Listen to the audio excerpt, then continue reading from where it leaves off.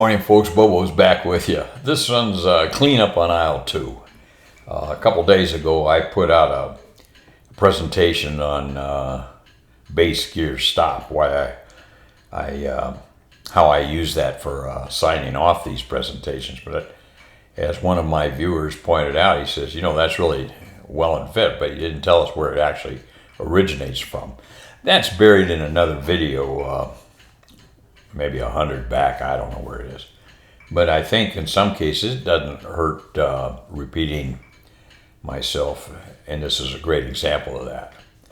So when I began making videos, I got to the end of them. I really wasn't comfortable in how I was signing off, bye-bye, and that sort of crap. And I would always get to that part and say, well, I don't do it. That's it, folks. No, I'm not going to do that. So a friend of mine, really a neat guy, Matty, offered a suggestion. Why don't you sign off with base gear stop?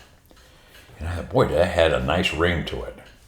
So I thought, yeah, that's it. That's the ticket. Where it comes from is when we would fly overhead traffic patterns, we'd come to the perch just before we start the final turn. And I got to reach for my training device here. So we're at the perch just before the final turn, and just as we begin the final turn, we would have to call with a gear check. And it was something like Reno 17 Reno 17 gear check. And if we said gear check without anything after it, it was a touch and go. If we said gear check, full stop, that informed the controller we'd be doing a full stop. And then if the other call that you could conceivably had was Reno 17 gear check, no flap. Telling me you're flying with no simulated no flap pattern. Okay.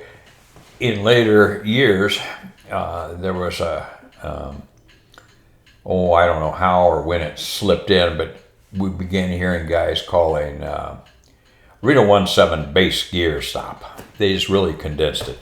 And what that means is Reno 17 turning base, starting to turn to base.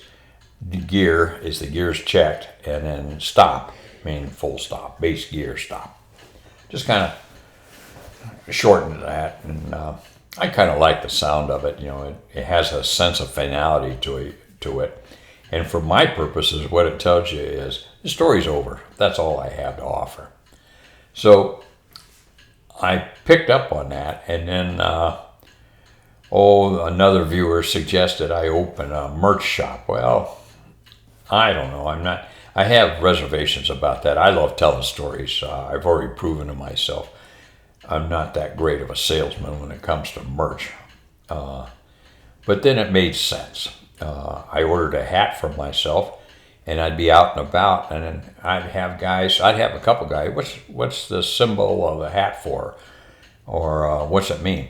And I'd have others say, where'd you fly? I flew F-16s, I flew B-52s, or whatever it was. They recognize what it is. So it made sense to me to, first of all, use it as a comfortable way of signing off my presentations, and also to promote the channel. And there's another purpose for it too. If you're wearing some of the merch and somebody stops and says base gear stop, an aviator will recognize it in a heartbeat.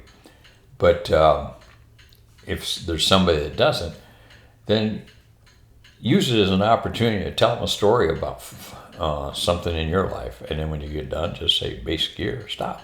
You either salute or thumbs up or something like that. So that's really everything behind it all.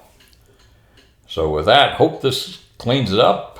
This is Bobo, base gear stop.